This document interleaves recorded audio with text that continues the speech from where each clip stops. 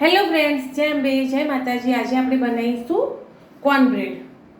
Garlic bread તો બધા બનાવતા જ હોય છે અને મેં બી બનાવેલી છે, પણ આજે આપણે એક નવી રેસીપી કરીશું. અમેરિકન કોર્ન આવે છે એની બ્રેડ, એનું લેયર લગાવી અને બ્રેડ અમેરિકન બ્રેડ બનાવીશું. એમાં આપણે મિક્સ કરીશું લસણ, ગાર્લિક લઈશું અને કોર્ન લઈશું. એ બંને ઘી બટરમાં શેકી લઈશું પહેલાં, પછી એને મિક્સરમાં અધકચરું વાટી લઈશું. આ રીતે આપણે લસણ અને બંને ભેગું લીધેલું છે, હું તમને બતાવી દઉં. બટર મૂકી અને આમાં શેકી લઈશું આપણે બંને. જે લસણનું આપણે એકલું લેયર લગાવીને એના જગ્યાએ આપણે કોર્ન એડ કર્યા છે ભેગા. લસણ ને કોર્ન શેકાઈ ગયા છે, મસ્ત સ્મેલ બી એની આવી રહી છે, મસ્ત સુગંધ આવે. અમેરિકન કોર્ન જે આપણે ઘીમાં શેક્યા છે ને બાફવા કરતાં, અને લસણની બહુ જ સ્મેલ આવી છે સરસ. અમે લીધા છે મરચાં, 1 થી 1.5 મરચું જ લીધું છે, વધારે નહીં લીધું, કારણ કે આપણે ઓરેગાનો અને ચીલી ફ્લેક્સ અંદર નાખીશું ને એટલે.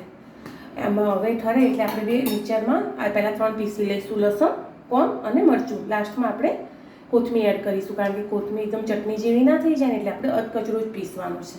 ઠંડુ થાય ત્યાં સુધી આપણે બ્રેડ નીકાળી લઈશું અને ચીઝ ખવડાવીશું. જો તમારે ચીઝ ના ખવડાવવો છોકરાને, તો તમે આ રીતે જે પેસ્ટ કરીએ ને આપણે લસણ ને પપકોર્નની, એકલી કરીને બી તમે શેકી લો ને તો મસ્ત ચીઝ જેવી જ લાગશે. તમે એકવાર ટ્રાય કરજો, બહુ જ મસ્ત લાગે. ચીઝ ના ખાતા હોય એના માટે બી આ કરી શકાય. ચલો આપણે હવે એને પીસી લઈશું.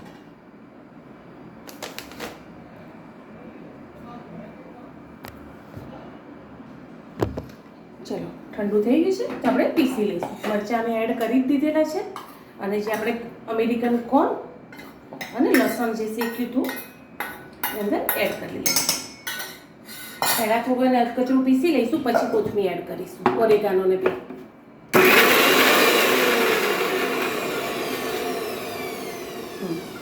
હવે આપણે કોથમીર એડ કરીશું. ઘરે બ્રેડ હોય તો તમે આ રીતે બનાવીને ખાઓ, હોટલમાં કે ડોમિનોઝમાં નહીં જવું પડે, એટલું ટેસ્ટી બનીને તૈયાર થશે.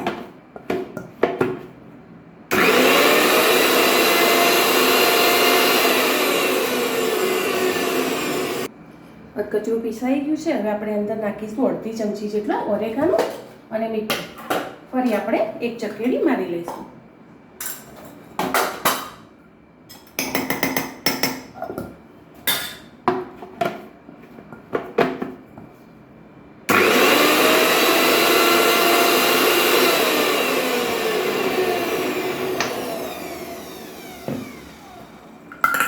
કેટલું મસ્ત લાગે છે ને.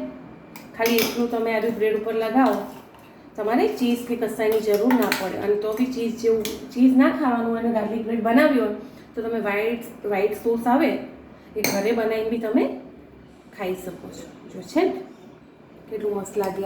આના ઉપર આપણે ચીઝને લગાવી દઈએ. આપણે આજે બ્રેડ કરીશું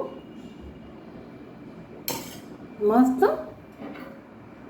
તવીમાં, નોનસ્ટિક તવીમાં.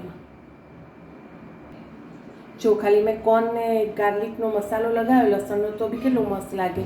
અને તમે તવીમાં ટોસ્ટ કરીને ખાઓ, બહુ જ મસ્ત લાગે. ચીઝની જરૂર જ ના પડે, બહુ જ મસ્ત લાગશે. ચલો હવે આપણે એને ચીઝને બધું નાખી દઈશું. પહેલાં લઈશું આપણે થોડું મોઝરેલા ચીઝ અને પ્રોસેસ ચીઝ બી લઈશું. આપણે ઓછું લઈશું, અને વધારે જેને ચોઈસ હોય વધારે ખાવાની એ બી જેટલું ચીઝ કે જે બી એડ કરવું હોય કરી શકે છે. પોતાના ચોઈસ ઉપર જાય ખાવાનું વસ્તુ. કાં તો ઘણા ના ખાતા હોય તો તમે વ્હાઈટ સોસ બી ઘરે બનાવી અને ગાર્લિક બ્રેડ કરી શકો છો. બહુ જ મસ્ત લાગે. પછી આપણી ગાર્લિક બ્રેડ અને તૈયાર. હવે એને આપણે તવીમાં શેકી લઈશું.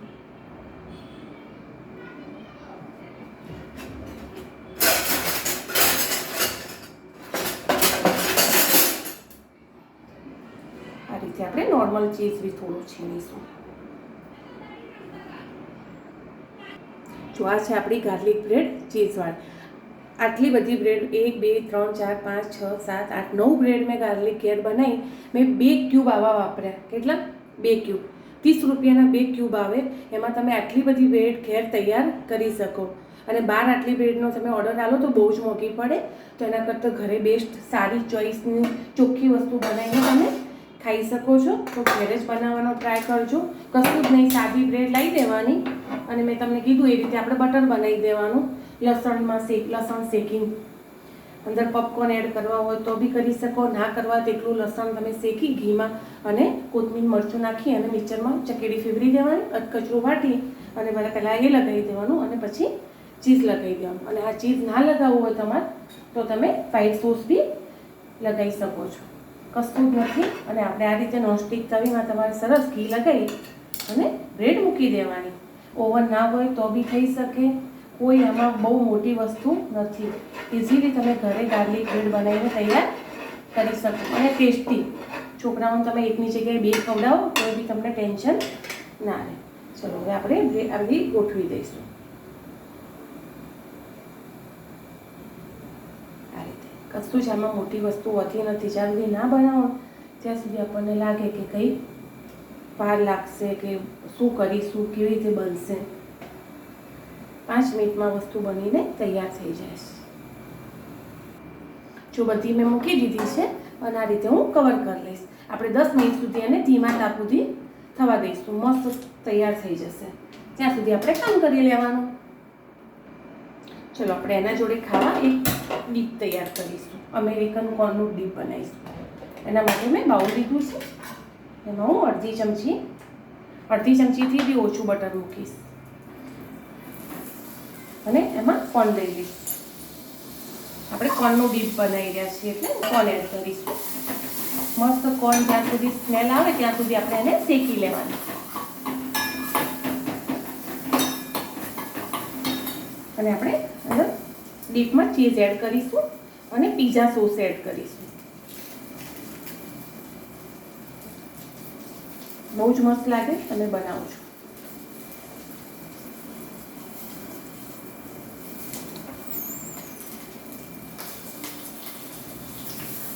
જ્યારે કોર્ન થોડા પેલા થઈ જાય એટલે આપણે દૂધ એડ કરીશું. કોર્ન ફૂટે એટલે ચિંતા નહીં.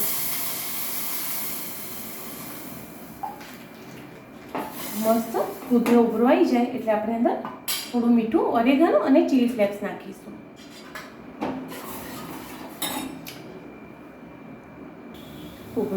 દૂધ ગરમ થઈ ગયું છે, બોઇલ આવી ગયું છે તો આપણે એમાં ચીઝ છીણી લઈશું. થોડું મીઠું ઠેક ખાલી લાસ્ટમાં એડ કરીશું. બીજું બધું અત્યારે એડ કરી અને ડીપ બનાવી દઈશું.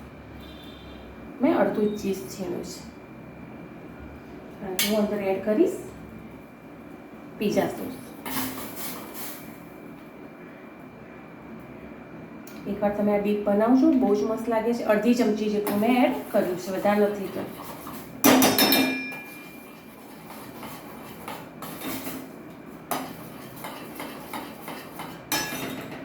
ડીપ બનીને આપણું તૈયાર છે.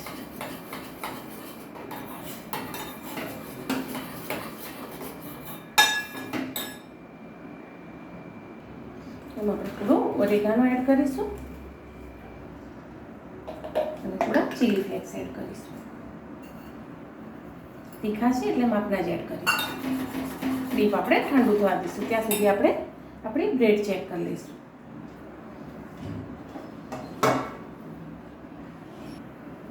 છે ને મસ્ત મેલ્ટ બી થઈ ગઈ છે અને ક્રિસ્પી બી થઈ ગઈ છે. તવીમાં જો કેટલી મસ્ત લાગે. સુગંધ બી બહુ જ મસ્ત આવી છે. જો કેટલી અલગ રીતે મસ્ત, ક્યાંય કશું લેવા જેવું ના પડે તમારે. છે ને ટોસ્ટ છે ને કડક. આ છે આપણું કોર્ન ડીપ બનીને તૈયાર. ચલો ટેસ્ટ કરીશું કેવું લાગે. બહુ જ મસ્ત લાગે ફ્રેન્ડ. બનાવજો ઘરે અને એન્જોય કરજો. ચલો હું તમને મારી ગાર્લિક બ્રેડ બી બતાવી દઉં. આ છે ગાર્લિક બ્રેડ. By friend. જય અંબે. સબસ્ક્રાઈબ કરવાનું ભૂલતા નહીં. લાઈક શેર જરૂરથી કરજો. બાય.